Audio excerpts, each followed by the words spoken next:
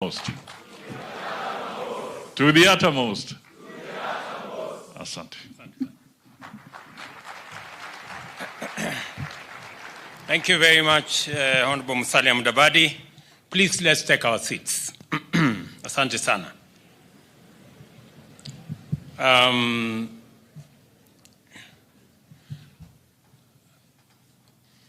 The Prime Cabinet Secretary, our CS for Education, Principal Secretaries, the Chair of the Board of Governors, the Chair of the Parents Association, the President of the Student Fraternity, and parents and students, good afternoon.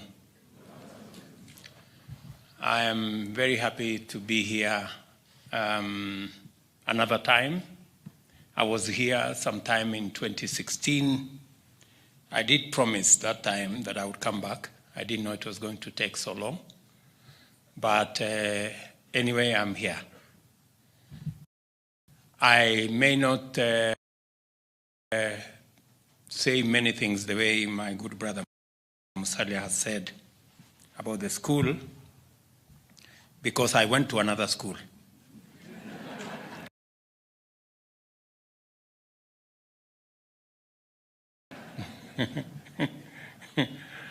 And but I can claim some association with this school through two people. The chair of the board, Madam Rebecca Murigo, and your former head teacher of the school, Mr. Kibet.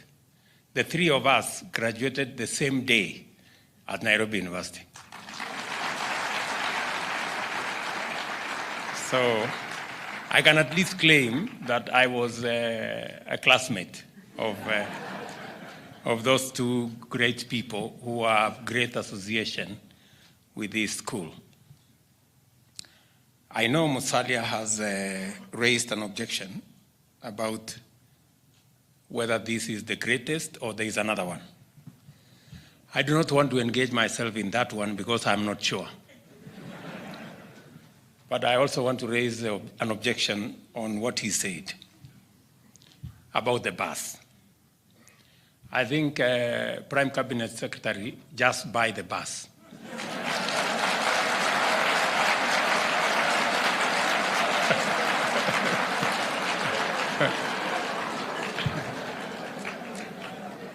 And if you need help, look for friends. And one of them is standing before you. So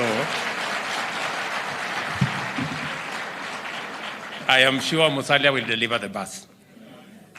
So at least we have one thing out of the way.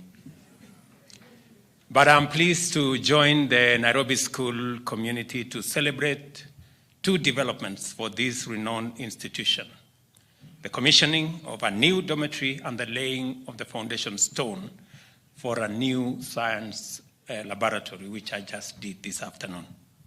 These projects will enhance and augment the learning experience, improve student living conditions, and help deliver an even more holistic education for this generation of students and those who will come after.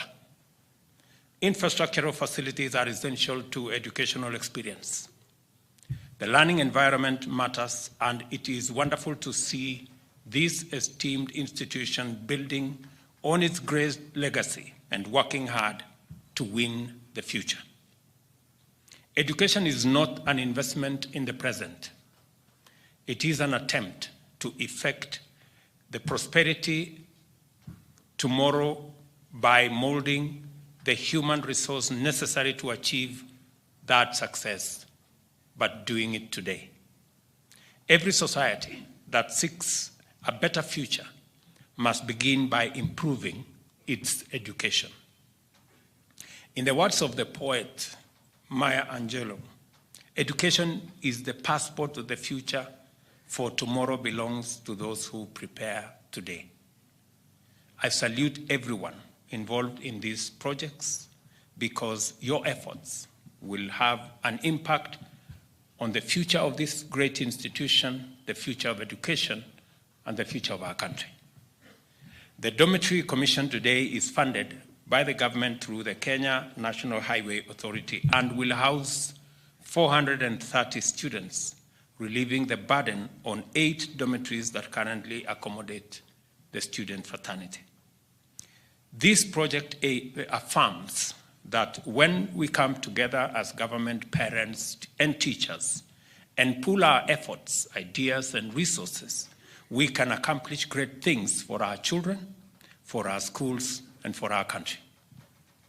This school has a rich history and a track record of producing eminent professionals, some of whom have gone on to play leading roles in commerce, in health, engineering, public service, and other sectors of our society.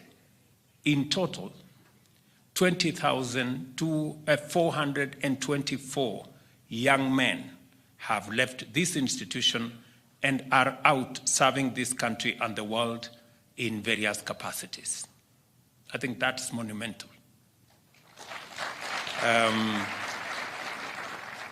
reminded that from the words of your chair of the PA, that you come here as boys and you leave as men. Education is the cornerstone of progress and development. It has the power to transform lives and transcend limitations imposed by economic backgrounds. I am reminded by the words made earlier that education being the greatest equalizer, it makes us equal. It makes you the same, irrespective of the village you come from, irrespective of the region you come from, irrespective of your background. We recently launched a new funding model for higher education designed to ensure that deserving students from the vulnerable and needy families are able to access university education to give them the chance to write a new chapter of prosperity in their lives. And let me say this, that we are investing close to 30% of all our resources as a country in education. And we are doing so intentionally and deliberately, because the greatest resource we have as a nation is our human capital. And to be able to sharpen and mold that human capital, it is education that is the instrument for us to make our human capital that much better. And therefore, every coin we invest in education is an investment in the right place. I did commit that we will continuously look at how education can evolve with the realities of our times and the requirements of our industry. And that is why CBC becomes a big component of aligning our education to the requirements of our present and making sure that it is prepared to deal with the challenges of the future. And that's why a lot of work, a lot of investment, and that's the reason why I put together the Presidential Working Party on education, because education is important. We cannot afford to play hide and seek or guesswork with our education. It is the reason we have hired the largest cohort of teachers ever in the history of our country this year. It is the reason we will do it again next year.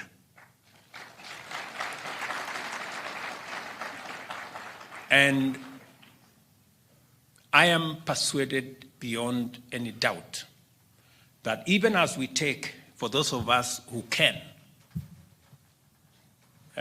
take our children to academies, the children of other Kenyans must equally have the same education that is being taught elsewhere.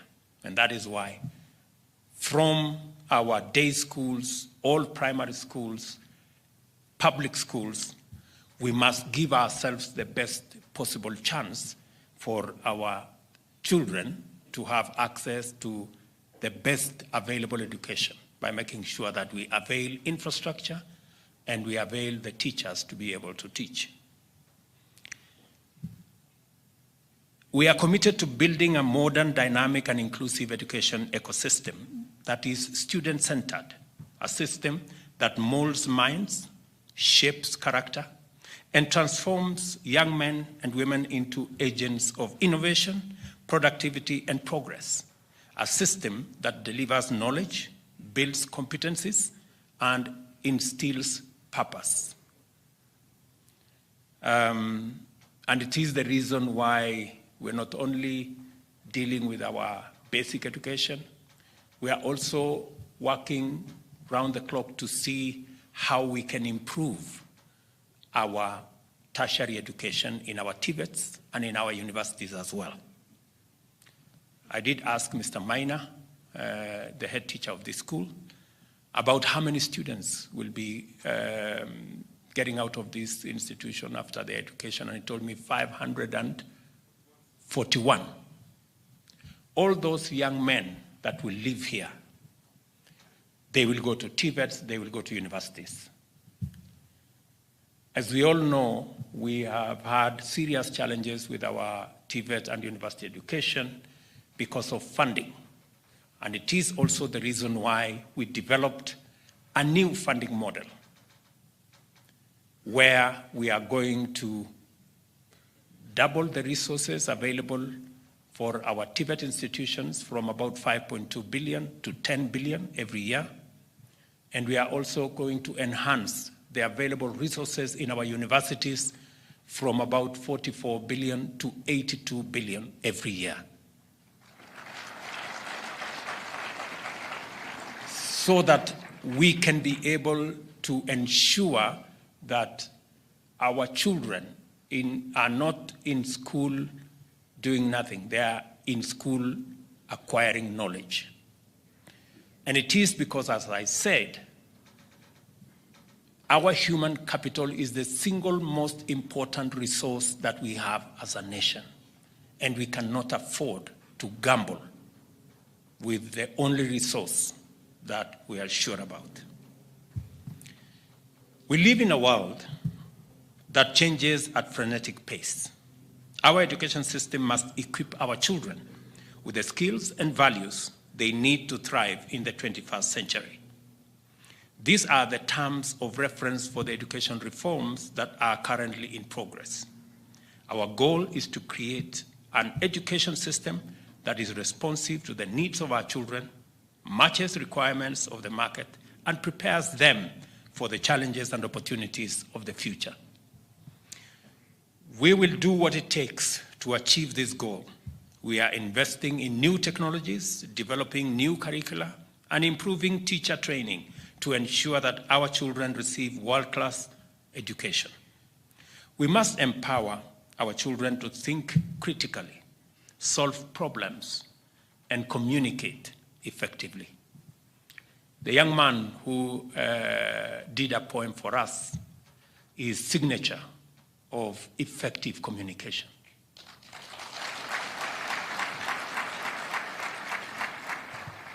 I must state that our education reforms are aimed at cultivating many values that our society considers dear.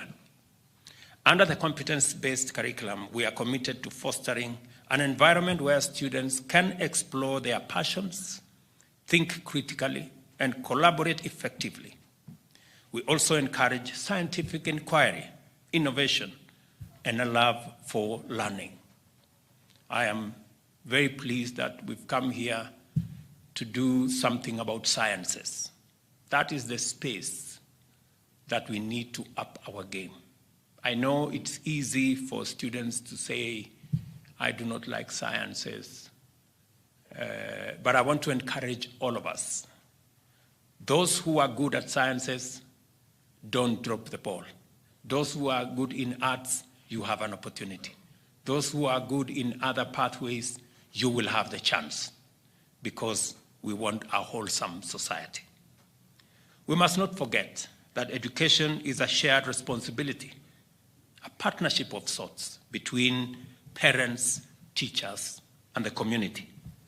I am delighted to hear that parents have committed to have also already raised, I'm told, 25 million towards the science complex. This is the spirit, and this is the way. Congratulations, our parents. And because you have demonstrated the partnership, the Ministry of Education will complement your efforts. I have discussed with the minister, and they will work with you towards the completion of that science complex.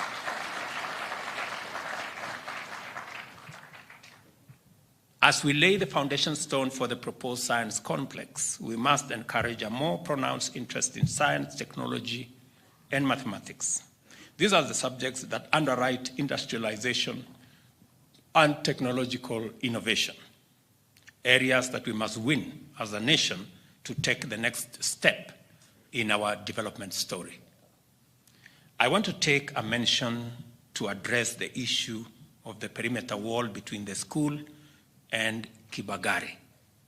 I was there in Kibagare, and I know we gave some resources for the construction of the wall. I also know that there were matters in court. I also know that the matters have been decided in court. I also hear the chair saying we want a win-win outcome, and I agree that it must be a win-win outcome. And so we are going to work with the Kibagare community so that using our housing plan, we can be able to develop housing for them so that we can be able to get a win-win outcome. So, Bwana Mheshimiwa, tutapanga. And I will be sending our Minister for Lands and Housing to discuss with the community so that we can have a win-win outcome. I remember we were discussing that when I came here, I think it was June 28th of 2016. Let me also say to the student community, these projects are investments in you. They are a way of saying, we believe in you, and you have enormous potential, and we are not willing to let it go to waste. You can count on us so that you can know that your parents, your teachers, and the government of Kenya will stand shoulder to shoulder to ensure that you have the best possible opportunity to be your best. And I'm saying this for the students in this school, as I say to students across Kenya. Do your part, work hard, hone your skills and talents, and take the legacy of this school to new heights. I assure you that the government's commitment to providing quality education for every child in Kenya remains unwavering. Let me also speak to one or two other issues that were raised to me by the chair of the board and the Parents Association on, apart from the perimeter wall that we need to work on so that there is harmony between the school and the community.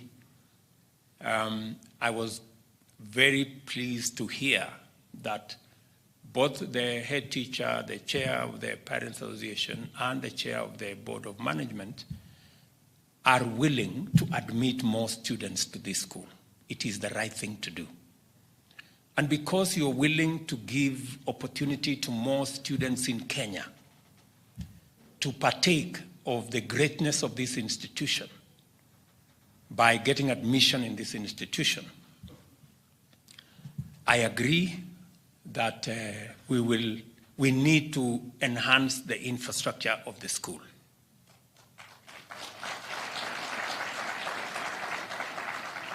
And let me say the following. We have two opportunities we have opportunities in our day schools, making sure that we have opportunities to go to secondary school as near as possible to communities.